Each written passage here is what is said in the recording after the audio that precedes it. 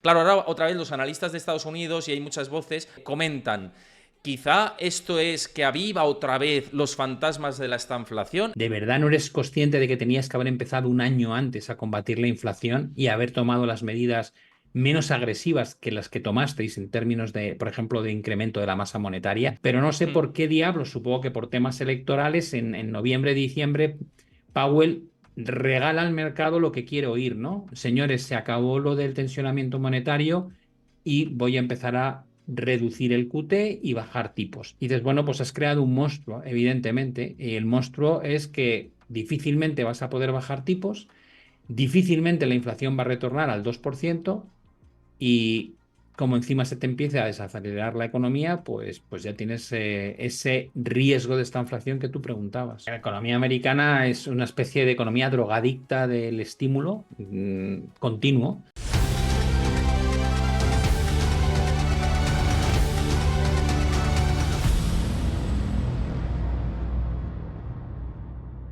Antes de ver el vídeo al completo, recuerda darle a like, suscríbete a mi canal si te gusta este contenido y déjame tu comentario, que lo estoy esperando. Bueno, y una vez más en el canal, que siempre es un placer, y con la agenda que tiene Pablo, y luego diremos también por qué, muy dilatada, lujo absoluto contar con Pablo Gil, como siempre en el canal. Pablo, ¿qué tal estás? Pues encantado de estar aquí, Héctor. Con poco tiempo, pero muy a gusto charlando de lo que está pasando en los mercados contigo. Siempre, bueno, lo decíamos antes fuera de micros, comentábamos, digo, hoy es un día malo, ¿no? Para ti, para mí, porque tenemos la agenda dilatada, aunque tú la llevas dilatada mucho tiempo. Luego también ahondaremos en algo que os tenemos que contar muy importante. Aguardad el vídeo, si lo veis esto desde YouTube, también en diferido, aguardad que vamos a contar algo importante y que tenéis que estar muy atentos. Pero efectivamente, no para la actualidad. Hoy tenemos, o hemos tenido el dato del PIB de Estados Unidos, el dato del PIB que es crecimiento, aunque vaya con decalaje, junto con el de inflación, quizá de lo más importante que puede mirar la Fed y también el mercado laboral, y hemos tenido una revisión al 1,3% en el PIB de Estados Unidos frente al 1,6% anterior, que ya era una revisión previa desde el 3 y pico por ciento. Es decir, que se va menguando este crecimiento económico del primer trimestre del año. Claro, ahora otra vez los analistas de Estados Unidos, y hay muchas voces, aparte del tema de los tipos de interés, que luego entramos a eso, pero comentan, quizá esto es que aviva otra vez los fantasmas de la estanflación, es decir, crecimiento a la baja e inflación repuntando. ¿A ti te lo parece? ¿Es un riesgo real, como decía también Jimmy Dimon de JP Morgan? Bueno, los europeos llevamos un año y medio casi con esa vida, ¿no? No crecemos nada y tenemos inflación. Con lo cual, tampoco hay que alarmarse. Ya hemos pasado por esto y seguimos pasando por esto, porque los últimos datos de inflación han sorprendido al alza, tanto en España como en Alemania, ¿no? A la espera del dato de Europa. Yo creo que en Estados Unidos, no es para nada descartable que puedan tener una situación como la que ha vivido Europa si dejan de meter tanta gasolina fiscal, ¿no? Es verdad que no van a retirar el estímulo fiscal de aquí a las elecciones, es materialmente imposible, sería es como dispararse sobre un propio pie, pero la sensación de que a lo mejor ya no haya más estímulo creciente, ¿no? Que no haya más de lo mismo, pues sí pueda empezar a pasar factura, porque ya llevamos hablando de esto mucho tiempo, Héctor, los tipos al alza aquí arriba, cada trimestre que pasa, pues hay compañías que tienen que refinanciar líneas de crédito y préstamos que tenían concedidos cuando los tipos estaban al cero y ahora están 500 puntos más altos, con lo cual refinancian mucho más caro, te vas quedando sin tasa de ahorro, el consumidor que tiene que financiar con tarjetas de crédito ya está angustiado porque el coste de esa refinanciación y de ese consumo vía endeudamiento está carísimo, lo estamos viendo en los préstamos de los coches, lo estamos viendo en los préstamos estudiantiles. Bueno, es un tema que al principio parece que no afecta, pero poco a poco va calando y yo creo que lo que estamos viendo en Estados Unidos, que tiene lógica, es que como los tipos se mantienen ahí arriba, pues cada vez la capacidad de consumo e inversión será menor y por tanto habrá menos crecimiento económico. Es que tiene lógica, efectivamente, porque, y desde Wall Street también me lo dicen, las fuentes con las que contacto desde hace mucho tiempo, dicen, ¿para qué va a bajar los tipos de interés la Fed si hay crecimiento, aunque sea positivo? Y mientras el mercado laboral, sobre todo peticiones iniciales de desempleo, estando por encima de 200, 220, pues es una zona de mucha tranquilidad para la Fed para decir, pues mantengo los tipos altos porque la inflación no ha llegado a mi objetivo del 2% y ya veremos, ¿no? Lo que pasa es que a más pausa, más posibilidades de que te toque el premio negativo, en este caso, que lo hemos dicho muchas veces también. Y yo creo que la Fed ha generado una paradoja de la que ahora es víctima, ¿no? Si tú miras, por ejemplo, el indicador de condiciones financieras que elabora Bloomberg, que básicamente te dice lo fácil o lo difícil que es financiarse en general, ¿no? Es decir, las condiciones, lo normal es que uno piense que cuando te suben los tipos encareces el coste del dinero y por tanto es más complicado, ¿no? Si miras desde el año pasado, curiosamente ese índice despega a partir de noviembre, finales de noviembre, y está en unas condiciones tan laxas, tan buenas, que recuerdan a los mejores momentos del año 2021. En 2021 teníamos tipos al 0%, QE activo por parte de la Reserva Federal a muerte y programas fiscales bestiales. Y uno se pregunta, ¿cómo puede ser que de repente tengamos condiciones igual de laxas que entonces cuando los tipos están al 5,25% a 5,50 en ese rango, ¿no? Entonces, bueno, en noviembre el señor Powell agarra el micrófono y dice que va a haber que ya se han acabado las subidas de tipos y que prevé, 11 días más tarde, dice que prevé 3 bajadas de tipos y el mercado directamente descuenta 7 bajadas.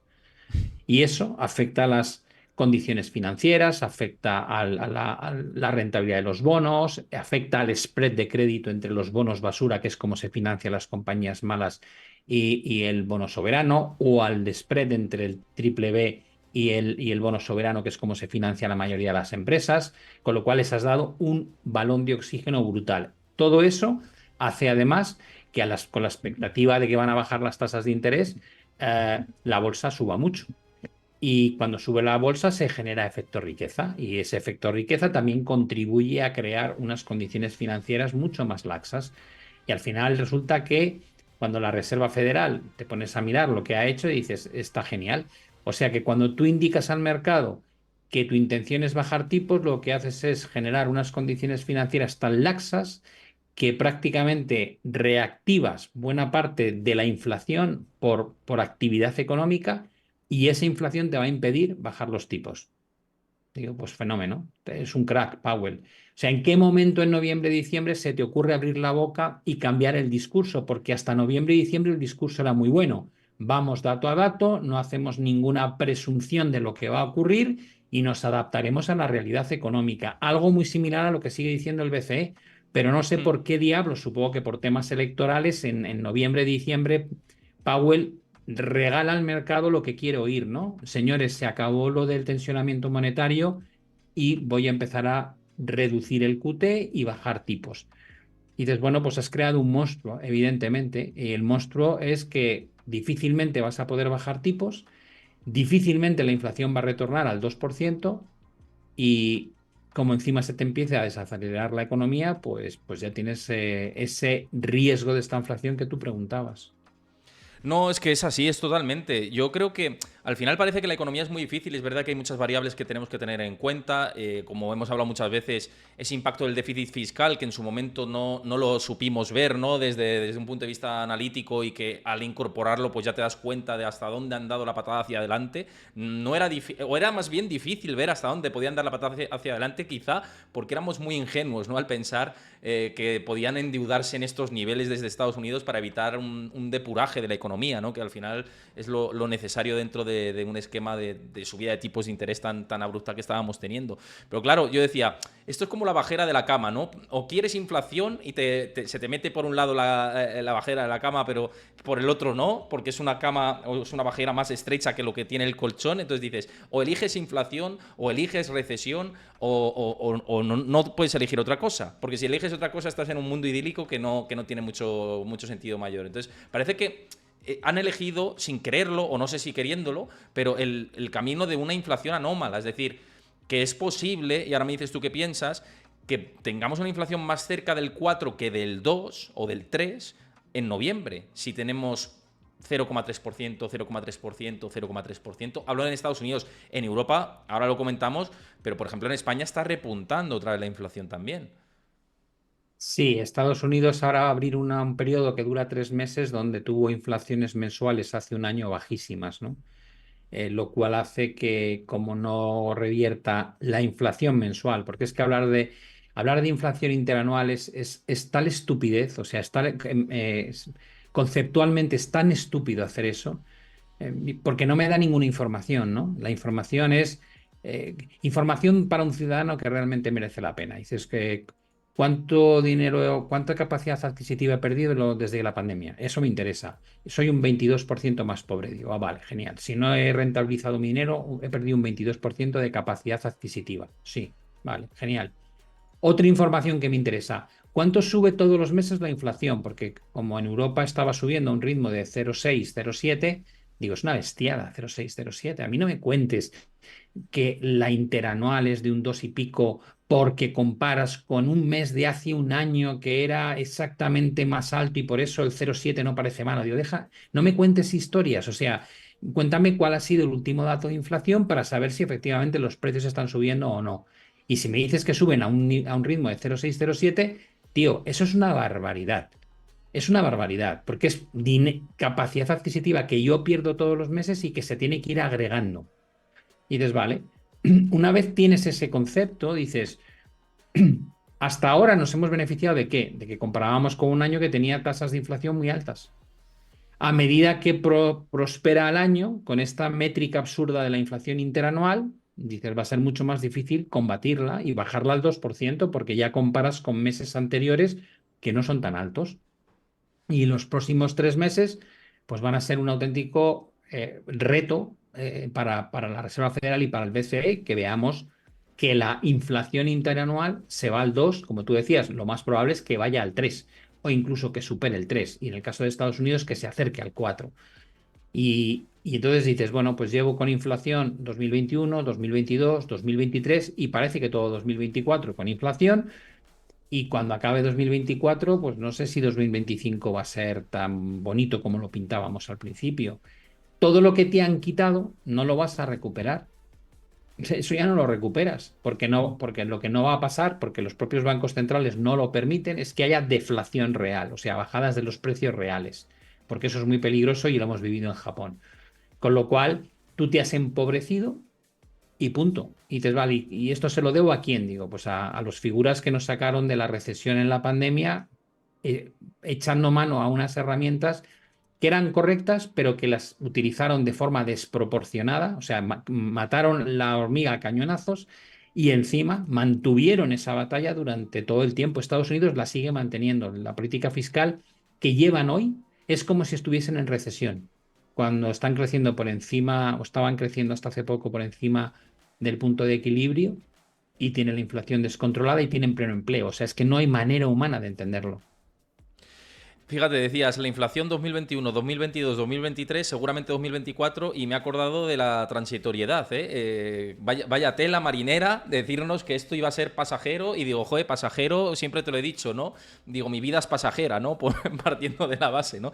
No, pero es verdad, ¿no? Quitando esta broma, es cierto lo que dices. Y a mí me parece peligroso, ya vamos a Europa y luego vamos a aterrizar esto como inversores, que se puede invertir dentro de este esquema y adaptarnos a estos, digamos, estos escenarios. Y ahí vas a tener tú mucho que decir, luego lo vamos comentando, pero en Europa ya se ha anticipado el recorte de tipos de interés. Ya el BCE ha telegrafiado que en la próxima reunión, que la tenemos ya de ya, van a bajar 25 puntos básicos los tipos de interés. Quizá, esto me lo dicen muchos analistas también, a lo mejor se precipitaron al subirlo de más y van a hacer como una pequeña corrección de una subida de más que les pudo haber sobrado. Eso me dicen algunos, ¿no? No sé qué piensas tú, ahora me lo dices, pero lanzará el mensaje del mercado de vamos a aliviar la política monetaria en un entorno en el que tampoco es que esté controlada al 2% la inflación en Europa, no puede generar cierto riesgo de que les vaya de madre otra vez.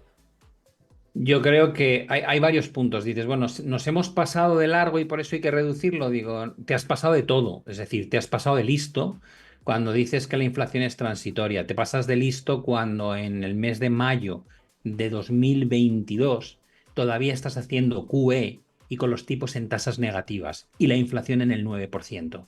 Eso es como para colgarla de un poste a Christine Lagarde, pero lo más duro es cuando encima dice que no se arrepiente de nada de lo que han hecho, lo cual demuestra una falta de humildad absoluta y una falta de autocrítica total, total. O sea, no, es como decir, pero de verdad no eres consciente de que tenías que haber empezado un año antes a combatir la inflación y haber tomado las medidas menos agresivas que las que tomasteis en términos de, por ejemplo, de incremento de la masa monetaria, pero da igual. Se equivocaron en 2021, se equivocaron en 2022, que empezaron tardísimo, se equivocaron con todo lo que han ido haciendo hasta ahora y lo único que están haciendo bien, en mi opinión, en el BCE es, eh, han telegrafiado esta primera bajada, pero no te dan una idea de qué más va a venir. O sea, hay una cierta duda. Después de esta primera bajada hay algunos consejeros que son dovish que quieren otra en julio y otros que dicen que ni loco, ¿no? O sea, que no está claro. Y creo que lo mejor que pueden hacer es callarse, porque me da la sensación de que se van a volver a equivocar. Van a bajar en junio 0,25 probablemente y se van a encontrar con los datos de mayo, junio y julio de inflación al alza por el efecto base. Y cuando se quieran dar cuenta, estaremos en agosto publicando los datos de julio con inflaciones que estarán probablemente por encima del 3%. Y no te extraña nada que lo que leamos en el research que tú y yo leemos de Bloomberg, de Reuters o de cualquier otra fuente sea el error del BCE al bajar tipos precipitadamente, lo cual nos va a llevar a olvídate de cualquier bajada adicional hasta el mes de diciembre en el mejor de los casos, si es que lo hay. Con lo cual, no creo que vaya a haber tanta diferencia entre lo que va a intentar hacer Powell y lo que va a hacer Christine Lagarde. Lo que pasa es que Christine Lagarde tal vez está harta de que le digan que ella siempre hace lo mismo que ha hecho la Reserva Federal, pero con unos meses de retraso. Y tal vez esta estupidez la lleve a querer ser pionera, en este caso bajando 0,25. Pero lo cierto es que yo tengo la sensación de que va a ser un error, que van a bajar una vez y no un ciclo de bajadas, y que para ver un ciclo de bajadas probablemente va a haber que esperar a 2025, salvo que hay un descalabro económico que entonces justifique que vuelvan otra vez a la manera en que actuaban antes de la pandemia, ¿no?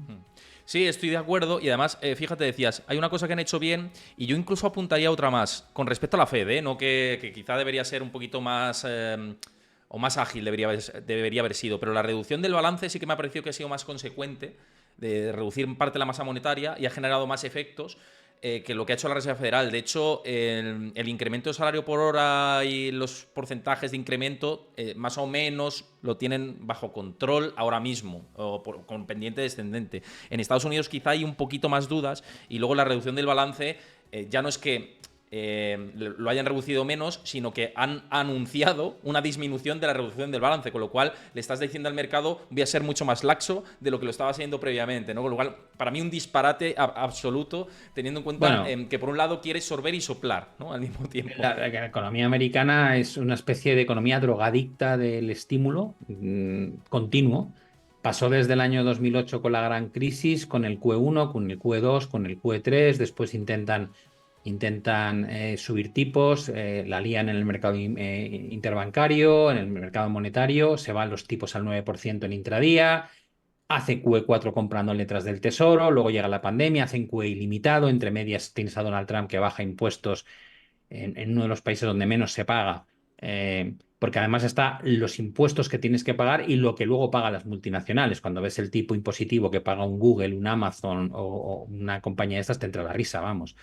Eh, bueno, con todo ese, pues yo digo que está dopado, o sea, es un régimen totalmente dopado. En condiciones normales no obtendría los resultados que obtiene, ¿no? Y todo eso lo que hace es engrosar un déficit que se suma año tras año hasta llevar a la deuda más de un 130% sobre el PIB. En el caso de Europa, yo estoy de acuerdo contigo.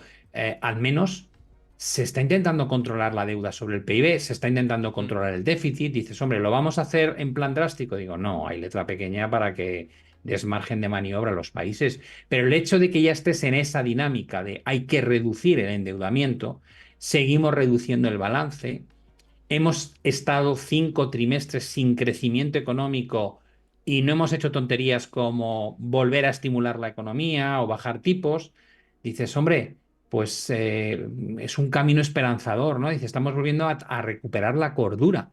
Cuando miras en Estados Unidos, de cordura hay cero. Es como ver el juicio de Donald Trump, exactamente lo mismo. Vamos, es una película de Hollywood lo que tenemos, ¿no? En términos de mercados y en términos de economía y en términos de políticos. Dices, bueno, ¿a dónde van a ir a parar? Digo, no sé, pero evidentemente el futuro de Estados Unidos es el que pinta Ray Dalio. Estás en la fase 6 de 6 de la caída de un imperio, que se alargará años, claro que sí, pero viendo cómo están actuando ahora, dices, vamos, lo único que habéis hecho es apuntalar esa idea. En los últimos 2 años habéis apuntalado a la idea de que estáis en la fase final. Claro que sí. Por cierto, muy recomendable el libro de Rey Dalio, que habla de todo esto. La verdad que si tenemos que recomendar un libro, además del de Pablo, por supuesto, el de Rey Dalio siempre hay que leerlo, ¿no? Es fantástico, ¿no? Ese libro de Rey Dalio donde comenta todas estas ideas. Pero fíjate, yo creo que la espada de Damocles también de Europa es el euro, precisamente, porque también si lanza una señal de reducir tipos de interés, también el euro se le puede ir de madre, perder la paridad otra vez, si la Fed mantiene tipos más altos también durante más tiempo, importas inflación porque los costes de las materias primas se pagan en dólares y eso se te va también, con lo cual encajar ese puzzle va a ser muy difícil, ¿eh? Va a ser un reto tremendísimo Es para la que zona euro. Es que yo no creo que el euro se vaya a debilitar mucho con el dólar. Inicialmente tiene todo el sentido del mundo lo que dices, pero es que yo no me creo que vayan a bajar más de una vez. Y en Claro. cuanto, después de haber bajado en junio, en cuanto te vengan 2 meses seguidos de subidas de tasa de inflación, la gente se va a acordar de las presunciones que hacía en enero de los tipos en Estados Unidos, cuando decían que iban a bajar 6, 7 veces, ¿no? Y luego decían que una y media. Pues yo creo que en Europa se ha aprendido esa lección. Ahora a lo mejor tienes el calentón de en Europa ya han empezado, pero cuando veas datos de inflación al alza dirás, no, no, esto ha sido pues como lo de Japón, un mero ajuste de un movimiento de un 0,25, ¿no? Y ya. Y vas a ver el fin de año con estos tipos probablemente y a ver si se pueden mover ahí o no. Mira, José AG que nos comenta por aquí, antes de nada, bueno, antes de José AG, quiero dar las gracias a Dito Sama, que se ha pasado de nuevo por aquí por el canal después de mucho tiempo. Te mando un abrazo, a Elesar por suscribirte al canal y a DJ Álvaro por suscribiros. También os animo que si veis esto desde YouTube, que os suscribáis al canal, que yo estaré encantado. Tenéis ahí el recordatorio, el banner recordatorio ahí arriba, de que os suscribáis al canal, que compartáis el contenido, que dejéis vuestro like y pues dejéis vuestro comentario de lo que os parece, como os digo. Pero fíjate, nos lanzaba aquí una pregunta con respecto a lo que decíamos. Dice, recuerda un poco la orquesta del Titanic tocando mientras se está hundiendo, ¿verdad? La verdad que es una analogía Está muy bien, sí. que está muy bien, sí, Está muy sí. bien. Sí, bueno, porque al final el que está arriba en la azotea, que es el que está con la bolsa, está feliz. O sea, lo malo de lo que hacemos es que, que trabajamos con medias y las medias son lo menos representativo que existe, ¿no? Porque dices, yo te pongo 3 datos, te digo, el 50% del bienestar de un país como Estados Unidos lo tiene el 1% de los más ricos. Dices, vale. O sea, la distribución de riqueza es un desastre. Dices, vale. Eh, el 50% menos afortunado, ese vive lo que ellos llaman paycheck to paycheck, básicamente cobrando la nómina y consumiéndola entera. Y tienen el margen de maniobra, estos son estadísticas que publican todos los trimestres, el margen de maniobra de hacer frente a un gasto no previsto, si supera $400, apaga y vámonos, para ese 50%. O sea, es gente que de verdad no tiene margen para afrontar un problema. Y dices, vale, haces la media. Digo, ya, claro, pero es que la media ¿con quién? Con los Warren Buffett, con los Elon Musk, con los Jeff Bezos, con esos hacer la media. Esos que están hasta las trancas de sus propias acciones, de sus compañías que se han revalorizado un montón. Y cuando me empiezas a hablar de los ingresos, eh, los ingresos medios de los estadounidenses, digo, no, no, no, no, ingresos medios no, ingresos medianos. Cálculame la mediana figura, no la media, porque eso no me está mostrando la realidad de lo que está pasando. Entonces, hemos entrado en un mundo que, por cierto, lo creó Bernanke. Bernanke era en 2012, 2011, 13, era el presidente de la Reserva Federal y dio un discurso memorable, ¿no? Y dijo, um, para que esto funcione bien, tengo que crear efecto riqueza. Lo dijo públicamente, tengo que Tal crear cual. efecto riqueza. Y cuando haya efecto riqueza, el ciudadano estará dispuesto a consumir e invertir más. Y con eso habrá más crecimiento económico. Y ya he puesto en marcha la rueda de hámster maravillosa. Dices, vale. Y dices, ¿qué ha conseguido? Digo, sí, ha conseguido efecto riqueza, pero solamente para los que están invertidos en bolsa y los que tienen inmobiliario. Claro, los tíos que tienen capital grande, dinero importante, esos tíos se pueden permitir el lujo de una parte de su patrimonio invertirlo en activos financieros. Y entonces, como has generado una burbuja de activos financieros, pues están con un efecto riqueza brutal. Pero el 50% que hemos dicho antes que vive con la nómina, ese no se compra una acción ni se compra una casa, ese está alquilado normalmente y pasando las perras. Y el que está por encima del 50% hasta llegar a los ricos ricos, a veces tiene cosas, pero no es tan importante a efectos de riqueza. Sí, tiene algunas inversiones en bolsa o tiene una casa en propiedad, pero es una casa en la que vive, no es una inversión. Con Sí. lo cual, lo que has creado es una sociedad donde el diferencial entre los que menos tienen y los que más tienen no hace más que crecer y la política que aplicas para que haya una economía que subsiste, se basa en que suban los precios de los activos financieros, que no es ni más ni menos que una manera de medir la inflación, por cierto, la inflación financiera. Y digo, pero bueno, a qué zumbao se le ha ocurrido este modelo económico? Bueno, pues en Estados Unidos es de lo que vivimos hoy, con el agravante de que no solo tienes un modelo capitalista que discrimina mucho al que menos tiene respecto al que más tiene, que es muy normal en un modelo capitalista, sino que cuando luego hay un problema, el gobierno se gasta un dinero que no tiene y que luego lo tiene que recaudar vía impuestos. Tarde o temprano lo va a tener que recaudar vía impuestos, que pagarán todos los ciudadanos, no solo los ricos, todos. De hecho, los ricos pagarán menos porque tienen esquemas fiscales mucho mejor optimizados que los de los que no tienen nada. Y dices, ¿cómo sabes eso? Digo, porque lo hicieron en 2008. En 2008 hicieron un bailout a los ricos de la banca de Wall Street con dinero público. Y han vuelto a hacerlo y siguen haciéndolo. Y han descubierto que funciona tan bien que están encantados. Hombre. Porque Wall Street está muy ligado a la Reserva Federal y entonces dicen, oye, tío, hemos encontrado la panacea. Esto es maravilloso. Para nosotros es maravilloso, para los demás es una putada. Pero para nosotros funciona muy bien. Y ese es el modelo que quieren copiar en muchas partes del mundo, lo cual es aberrante, claro. Súper aberrante. Y al final, fíjate, como inversores nosotros nos tenemos que preparar. Antes decía que íbamos a hacer un anuncio importante y creo que es el momento ahora que has hecho mención a todo esto, ¿no?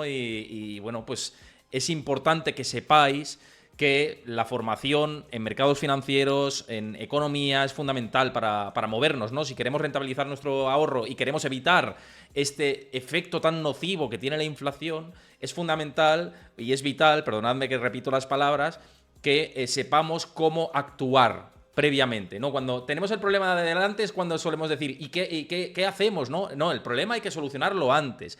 Hay que saber, y sé que tú lo dices mucho, Pablo, hay que aprender a pescar, no a que te digan, voy a coger un pez y te lo doy, ¿no? Es mejor que tú sepas pescar Mm. y sepas aprender a usar la caña y saber en qué momentos entrar y conocer la economía y la macro y aplicarlo a los mercados. Y es por esto que precisamente estás a punto de lanzar una nueva formación que me parece súper interesante. Yo creo que no hay mejor formador de habla hispana que Pablo Gil Muchas en este gracias. sentido, siempre os lo digo y me parece honestamente que es así, ya lo veis lo didáctico que es, tanto los que le conocéis como los que no.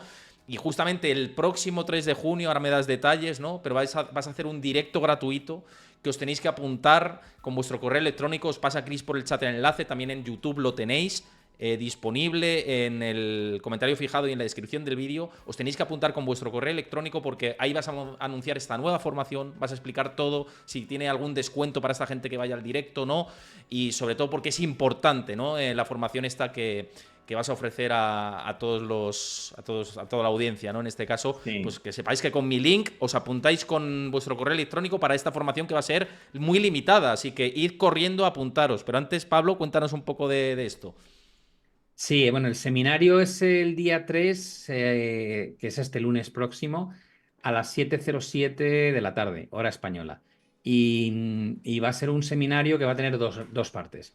En la primera voy a contar lo que he estado haciendo estos últimos años con mi cartera de inversión y el por qué lo he hecho, para que se entienda un poco no solamente el posicionamiento, sino los argumentos que he utilizado para hacerlo, ¿no? Eh, Voy a contar también qué pienso que pueden ser buenas oportunidades de inversión en los próximos trimestres, qué estoy mirando básicamente. Eh, y luego lo voy a ligar con la segunda parte de la presentación que va a consistir en un máster en inversión y en trading. Y esto ha sido un proyecto en el que llevo metido más de un año, que me ha llevado, bueno, la vida, porque empecé queriendo hacer un pequeño curso, y a medida que iba desarrollándolo pensaba, ¿y cómo no voy a contar esto? ¿Y cómo no voy a hablar de esto? Y al final dije, bueno, lo que podía haber sido algo que tardase en preparar 2, 3 meses, pues llevo 14 meses. Y ha sido un proyecto muy bonito y muy ambicioso. Básicamente es intentar trasladar lo que yo hago, lo que he aprendido casi en 40 años, de una forma ordenada para que la gente tenga la capacidad de gestionar su propio dinero como hago yo, ¿no? Y es un máster que tiene tres partes. La primera parte habla de macroeconomía. Básicamente está pensado para que lo curse o lo haga cualquier persona, aunque no tenga ningún conocimiento. Es decir, yo lo que he intentado es bajar el nivel lo suficiente como para que se pueda enganchar desde cero cualquier persona. De hecho, alguno de mis hijos le he utilizado de conejillo de Indias para saber si estaban en el nivel adecuado, porque uno es informático, otro diseñador de moda, es decir, cada uno es una cosa. Y bueno, es cómo funciona la economía, cuáles son los indicadores, esto que miramos y de lo que hablamos continuamente, de los datos macro que se publican, ¿vale? ¿Cuáles son los importantes? ¿Dónde se buscan? Fuentes gratuitas de consulta. ¿Qué interpretación hay que darles? Hay muchas veces que hablamos de consumo, el consumo se puede medir de muchas formas, la inflación de muchas formas, el desempleo de muchas formas. ¿Qué diferencias hay? Tasas nominales, tasas reales, dato agregado, etcétera. Y luego hay una parte también muy bonita de lo que hacen los bancos centrales, que ya habéis visto que soy bastante crítico, y los gobiernos con la política fiscal y cómo afectan a los mercados. Después hay otro bloque de cómo afecta el ciclo económico respecto a la bolsa, las materias primas y el mercado de renta fija. Y luego hablamos de señales anticipadas de cambio de ciclo, ¿no? Eso sería como el bloque macro, así muy, muy, muy de epígrafe grande. Después el módulo correspondiente a metodologías de inversión plantea desde el que no quiere hacer trading ni hacer swing trading, que lo único que quiere es aprender a invertir metiendo un dinero recurrentemente en un índice global para solventar la pérdida de capacidad adquisitiva. Ya hablo ahí de cuánto pierdes realmente, cómo se mide, el DCAs alternativos como medida para invertir a largo plazo, la importancia de los índices como activo, como gestión activa, aunque tú no la hagas, capitalización compuesta, y luego ya migro a lo que es distintas maneras de analizar, macro, fundamental, técnico, y cómo aplicar análisis técnico a los plazos más cortos cuando haces intraday y cuando haces swing trading, ¿no? Y ahí explico cómo se leen los gráficos, toda la parte de price action, formaciones, candlesticks, teoría de Elliott, teoría de Fibonacci, subtendencias, fractalidad dentro del análisis, la parte de análisis cuantitativo, seguimiento de tendencia, o sea, indicadores de seguimiento de tendencia, osciladores, indicadores de volatilidad o direccionalidad. Analizo como 25 de ellos, y hago sistemas de trading algorítmicos con ellos para que vean cómo se optimizan los parámetros y qué resultados podrían obtener con determinadas reglas concretas, pero sobre todo para aprender qué tipo de escenario favorece a cada uno de los indicadores y en qué otros escenarios pues suelen ser recomendaciones malas, ¿no? Como he utilizado eso, pues qué menos que explicar lo que son los sistemas de trading automáticos, cómo se hacen, cómo se diseñan, cómo se parametrizan, cómo se optimizan, cómo se representa la optimización. Es lo que yo hacía cuando dirigía el departamento de análisis técnico en Banco Santander. Y luego, por último, lo que hacía cuando gestionaba el fondo, el hedge fund con BBVA, ¿no? Que es market neutral, o lo que es invertir con reversión a la media, ¿no? Y cómo se crean esos ratios, dónde hacerlo de forma gratuita, cómo montar un modelo de reversión que sea objetivo y no subjetivo. Y el tercer módulo, que sería psicología del trading, pues nos habla de lo que va a pasar por aquí cuando empiece esto a funcionar. Es decir, tú pondrás en marcha las estrategias, pero luego llegan las emociones. Las rachas buenas, las rachas malas, los principales sentimientos que se desatan, cómo bajar esa presión a través del uso correcto de stops dinámicos y take profits parciales, cómo analizar el riesgo de una posición individual frente al riesgo de una posición que forma parte de una cartera más amplia, um, cómo funciona la dopamina, cómo gestionamos el estrés, bueno, perfiles de inversores que hay que evitar a toda costa y si te ves reflejado en él tienes que cambiar isofacto porque acabas perdiendo la cuenta. Y por último, hay un capítulo dedicado a mindset y mindfulness, ¿no? Como una manera de buscar ese equilibrio y la armonía en la toma de decisiones. Creo, como te digo, que son los tres. Intento pensar, o al menos es lo que he hecho cuando he preparado este máster, he pensado en términos de cómo he conseguido llegar donde he llegado, qué es lo que he tenido que aprender, qué es lo que pesa en mis tomas de decisiones, y estos tres bloques creo que son cruciales. Y ojalá la gente lo aprecie y diga, mira, oye, por fin me han dado una formación completa en los tres pilares, y a partir de aquí pues puedo desarrollar mi propia mecánica para gestionar mi dinero, que es lo que tú decías, aprender a pescar y no a que te den pescado. Exactamente, ¿no? Y es muy súper completo, como estaba diciendo aquí, también por aquí Tosama, dice súper completo, Pablo, un grande. Yo creo que, además, me consta que Pablo lleva trabajando mucho con su equipo en todo esto, muchísimo tiempo, mucha dedicación, mucho mimo. Ya veis que para hacerlo muy completo tiene que ser algo que lleva mucho trabajo asociado detrás. Así que lo que os he dicho antes merece mucho la pena. Os ha pasado Chris por el chat aquí en directo el enlace para que os registréis a este directo y que a posteriori podáis hacer este máster. Plazas muy limitadas, insisto, o sea que hay que correr. También los que lo veáis desde YouTube tenéis el enlace en el comentario fijado del canal de YouTube y en la descripción del vídeo. Ya os digo, es el próximo 3 de junio, con lo cual tenemos poquitos días en realidad para que os apuntéis. Tenéis muy poquitos días. Es el próximo 3 de junio. Habías dicho 7 y 7 de la tarde, exactamente. 707 y lo único que no he comentado que es importante es que luego cada mes hay 3 horas de tutoría, 1 hora por cada módulo, porque supongo que habrá mucha gente que tenga dudas y quiera aclaraciones o que hablemos simplemente de distintas técnicas de análisis. Bueno, pues esto siempre es muy, muy enriquecedor porque al final pones en contacto a la comunidad. Y bueno, ha funcionado muy bien hasta ahora con otras cosas que he hecho, así que creo que no perder el contacto conmigo una vez se han hecho la formación es muy importante. Eso es, pues lo dicho, os registráis pinchando en el enlace con vuestro correo electrónico, veis el directo y luego ya pues se podrá contratar en su momento el máster. En ese directo tendréis todas las instrucciones para hacerlo y todas las novedades que, bueno, pues que os lo dirá Pablo, que va a merecer mucho la pena. Yo estaré muy pendiente porque ya simplemente con esa primera parte que vas a comentar me parece que es súper atractivo y ya la segunda y la tercera ni te cuento. Así que eso por ese lado. Ligando un poco con temas de inversión y demás, hay otro tema que te quería comentar, porque hemos visto hoy que el mercado de la vivienda en Estados Unidos otra vez parece que la compraventa se está viniendo muy abajo, y esto ligado con el tema de España, que me lo preguntan mucho, y sé que tú analizas mucho el mercado de la vivienda y es algo que preocupa, ¿no?, al público mainstream. La última vez que pasó por aquí Juan Ramón Rayo, hablamos del problema de oferta tan severo que hay, de los alquileres turísticos, que mucha gente dice que el alquiler turístico es un problema y en realidad todo reside lo mismo, ¿no?, en que no tienes oferta disponible para absorber demanda turística y demanda nacional, ¿no? Ujú. Eh, ¿Cómo ves la situación de la vivienda? ¿Crees que estamos en un punto ahora mismo de no retorno porque la administración parece que va como un caballo, ¿no?, y no quiere cambiar? ¿No tiene solución mientras esto no cambie?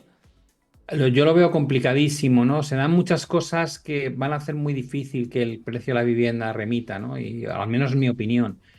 Ah, Desde la pandemia hemos tenido una falta de construcción importante, es decir, hay, como dices tú, una limitación de oferta grande. La ley de la vivienda, que ya yo creo que hice un vídeo como 4 días después de haber salido, diciendo que vaya estupidez, vaya tontería la que acababan de hacer, que iba y a restringir más la oferta. Ahora resulta que efectivamente hay como 1 de cada 4 propietarios han sacado su vivienda de alquiler y ha empezado a usarlo como alquiler vacacional, ¿no? Eh, Creo sinceramente que mientras no equilibremos el parque de casas disponibles frente a casas, creación de nuevas unidades familiares, va a ser dificilísimo. Y crear viviendas no es tan rápido. Si miras los visados que se están concediendo, los permisos de obra, va muy por detrás de la necesidad. Ahí tienes un... Ahora, este gobierno y el anterior, o sea, no, aquí no es un tema de ideologías, pero cuando surgió el Banco Malo, cuando el Sareb se quedó con una cantidad ingente de propiedades de los bancos y de las cajas de ahorro antes de la crisis o a raíz de la crisis, dices, ¿qué han hecho con ellos? O sea, ¿pero por qué diablos no han sacado eso a mercado? Dicen que ahora está en una situación dramática, no se han mantenido esos edificios, con lo cual ahora mismo no hay una posibilidad de sacarlo a la oferta, tendrías que invertir un dinero grande. Ha habido promesas los últimos años de que iba a haber un montón, cientos de miles de casas disponibles en los próximos años. No es verdad, apenas ha crecido la oferta por el lado gubernamental. No se ha mejorado tampoco la asistencia a la gente que menos tiene a través de vivienda de protección oficial. Creo que se está haciendo todo muy mal, ¿no? Se busca señalar, aquí se busca siempre un culpable en lugar de buscar una solución, lo cual es una forma de actuar que lo único que te lleva es al menoscabo de la calidad de tu país y de la calidad de vida de los ciudadanos de tu país. Y lo que estamos viviendo es dramático, ¿no? Porque fíjate que de repente nos vamos a cargar, o al menos estamos en proceso de cargarnos algo que es un pulmón para nuestra economía, que es el turismo, ¿eh? Cada vez lo ves más, ¿no? Que no entren los barcos, los megayates, los cruceros, que no venga la gente. Hoy había en el telediario, sin ir más lejos, que tiene razón, ¿eh? Que decía, los vuelos a Palma de Mallorca, 19 euros, pero luego la habitación te cuesta al mes 2.000 y pico. No vengan ustedes.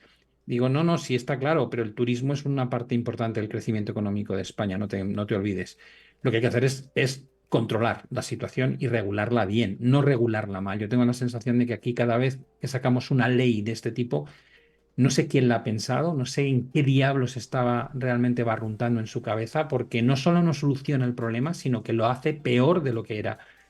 Y así es muy difícil, ¿no? Y yo, cuando la gente, yo tengo hijos, todos, se me han independizado 3, tengo todavía 2 en casa, o sea que estoy viviendo esto en primera mano, ¿no?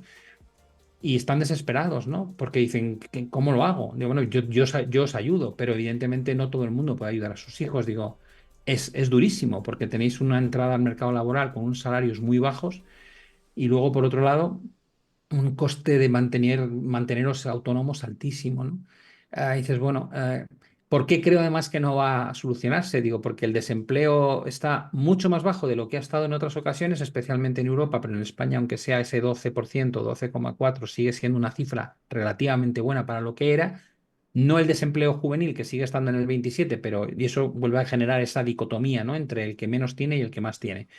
Pero si tú tienes una inflación salarial del 4 y pico por ciento, como están reportando en Europa, y unas inflaciones del 3 y pico por ciento, quiere decir que el que gana bien, ese tío tiene capacidad adquisitiva, no la está perdiendo, la está ganando. Poca oferta y con capacidad adquisitiva del que realmente tiene ganas de comprarse vivienda, digo, pues ¿qué quieres que te diga? No vas a ver la corrección del precio de la vivienda, al menos es mi opinión. Y luego fíjate de los alquileres también, porque hace poco vi una información en Expansión que decían desde que salió la ley de la vivienda han subido los alquileres de precio un 10% y se ha reducido la oferta en 50.000 inmuebles. Claro, si tú estás quitando seguridad jurídica al propietario, yo por ejemplo que tengo una segunda vivienda y la tengo alquilada. Claro, yo la tengo alquilada porque me sale rentable, pero si no me saliera rentable, ¿para qué la voy a alquilar? La vendo, ¿no?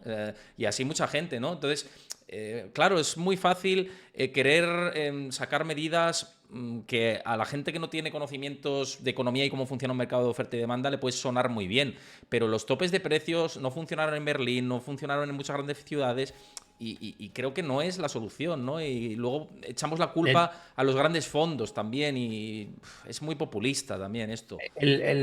Vivimos en un mundo, por desgracia, donde la premisa básica es tú me acusas y yo busco el y tú más. Es decir, hemos llegado a un punto tan absurdo de decir, mira, Pablo ha robado una rueda y mi defensa es, ya, pero Héctor ha robado dos. Esa es la defensa. Y dices, ¿y eso te hace a ti menos ladrón? Porque cuando yo escucho el telediario, bueno, ver una sesión o al menos un tramo de sesión del Congreso, te dan ganas de vomitar. O sea, cualquier tío con un mínimo de cultura porque es como un circo romano, o sea, es lo más triste, lo mal que hablan, lo mal que se expresan, los pocos argumentos que tienen, cómo recurren al insulto cada vez con más frecuencia. Yo no sé para qué pagamos a los políticos que tenemos, pero al margen de esa crítica a toda la gama política, casi en general, lo cierto es que dices, pero tío, si esto es más sencillo, si esto es que al culpable le haces pagar. Te pongo un ejemplo muy claro relacionado con el mercado de la vivienda. Tú te vas con un papel explicando por el mundo lo que es en España la ocupación y creo que el 99,9% de a todas las personas, da igual donde vivan, que les cuentes esto, te dicen que si estás loco. Sí, sí, sí, O sí, sea sí, que es como cierto. propietario que puedes demostrar fehacientemente que la propiedad es tuya, te entren unos tíos, te ocupen la casa, se hagan fuertes y tengas por delante que seguir pagando la luz, el agua, etcétera, porque si no te metes en un follón. No les pongas la mano encima y los intentes echar a la fuerza porque eres tú el que va condenado a la cárcel. Y por supuesto, empieza a litigar durante los próximos 2 años. Y para cuando la recuperes, te la van a entregar totalmente destrozada. Que esto sea lo que vive España hoy y que no haya habido todavía un consenso político para decir, por favor, o sea, es que es tan ridículo lo que estamos haciendo, que no entiendo cómo la gente no se cuestiona a los que nos gobiernan en general. Digo, oye, cuando alguien actúa como un loco, ese loco no lo quieres gobernando tu barco. A ese loco hay que echarlo.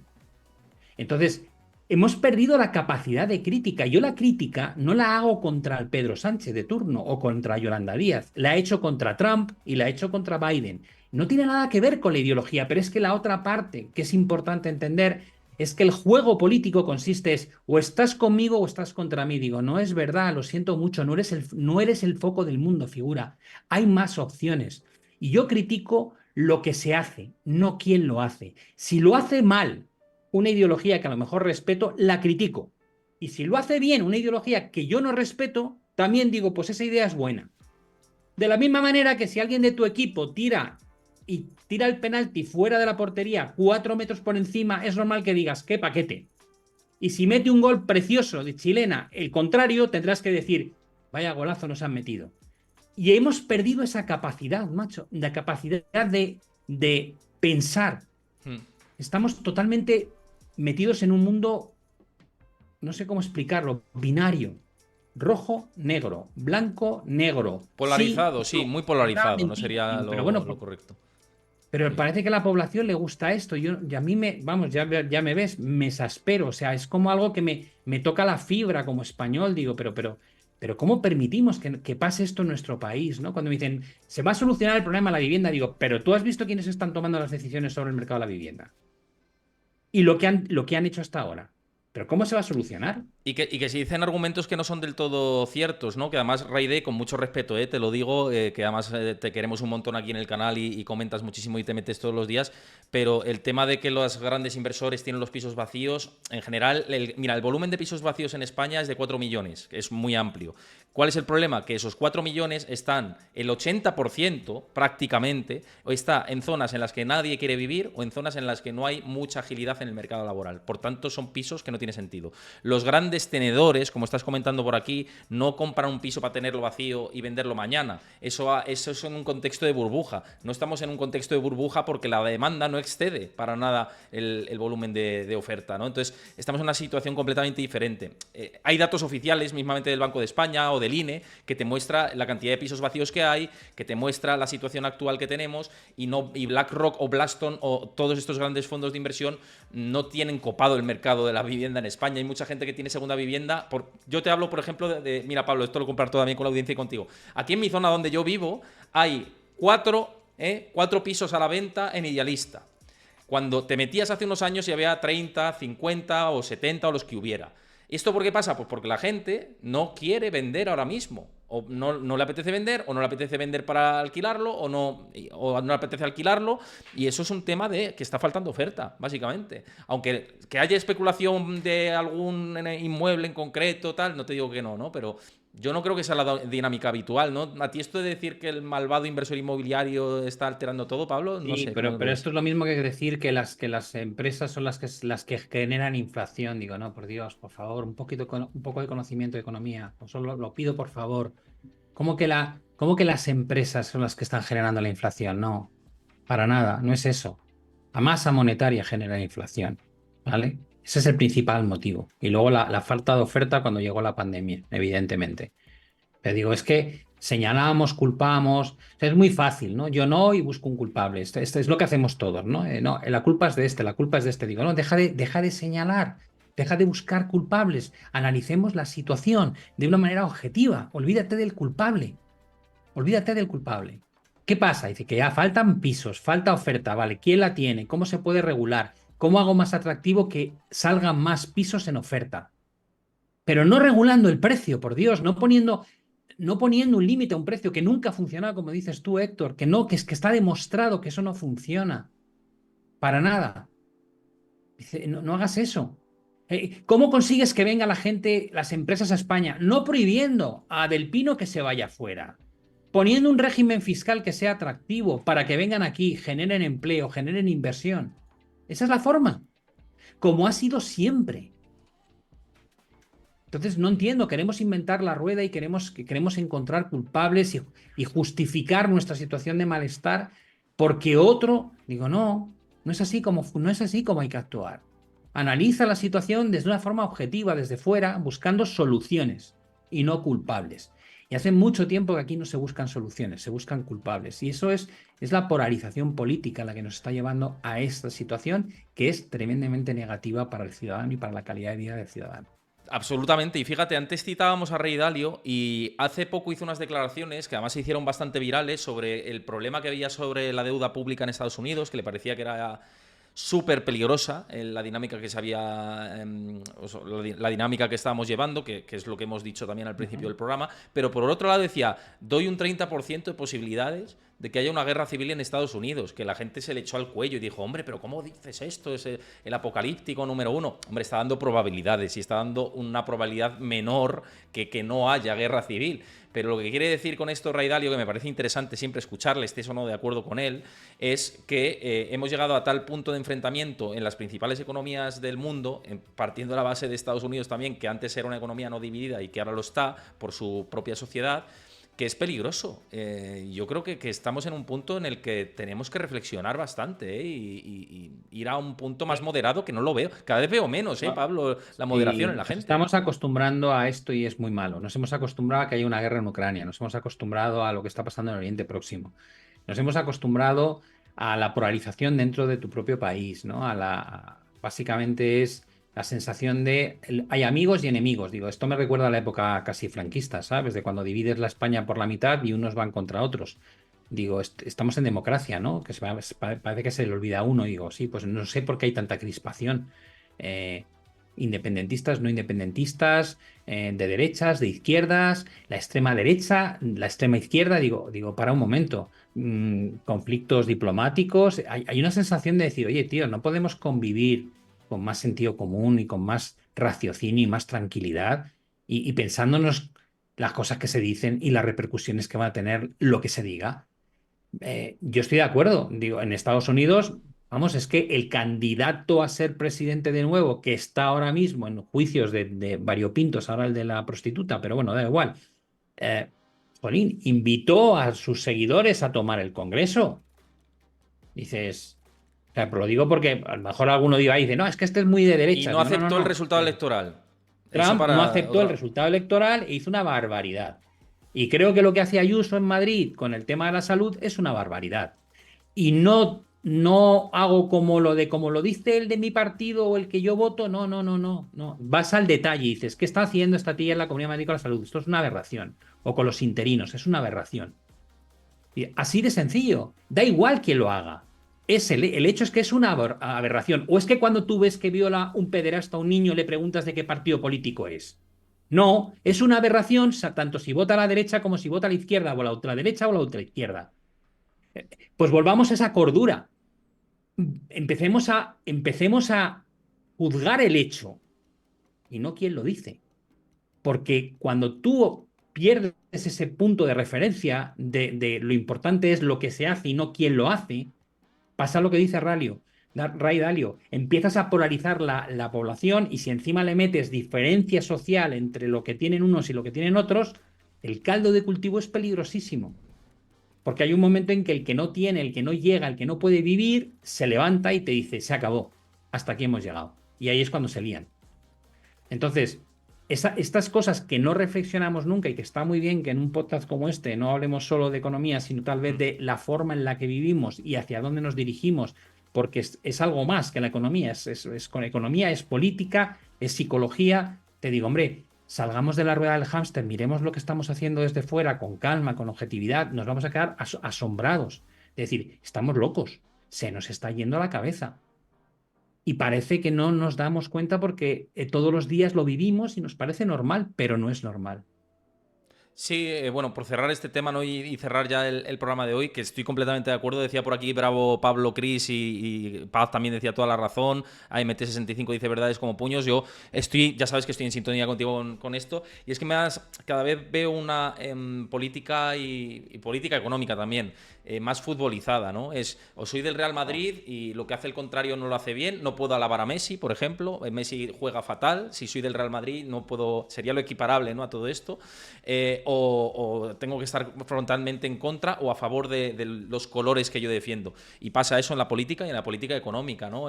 O estás con lo que yo estoy diciendo, con esta direccionalidad, o no hay caminos más allá. Es decir, como un camino como si fueras un caballo. Y me parece muy peligroso el rumbo que estamos tomando. Ahora tenemos, y yo no, ya sabéis que no trato mucho política en el canal, pero tenemos elecciones europeas. Tengo mucho temor por lo que pueda venir aquí en Europa. Nos estamos yendo a los extremos cada vez más.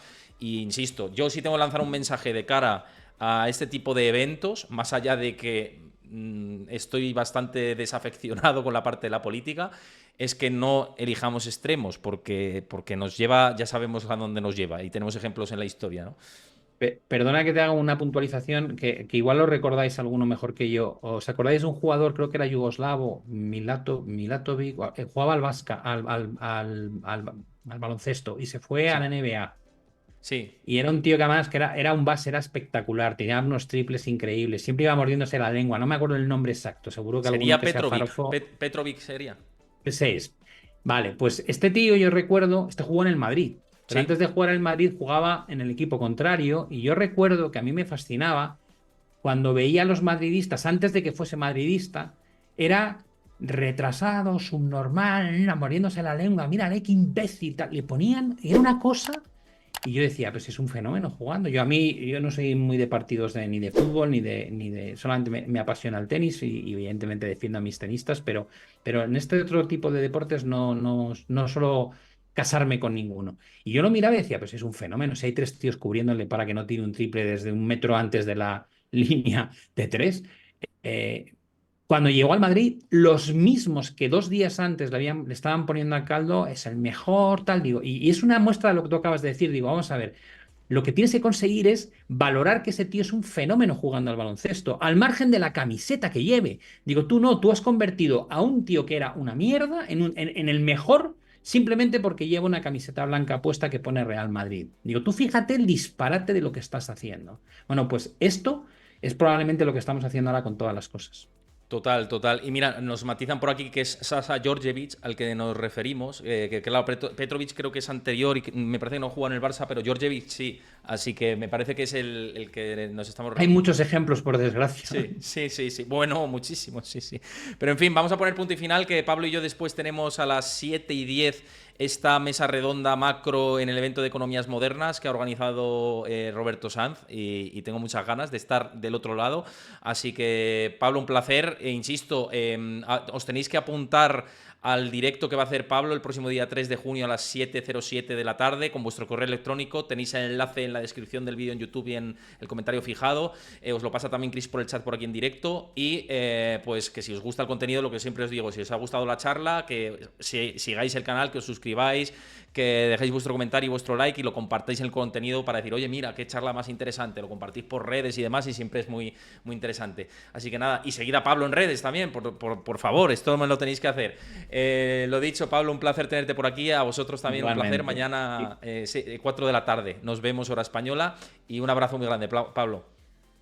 Gracias a ti y a tu audiencia. Un saludo.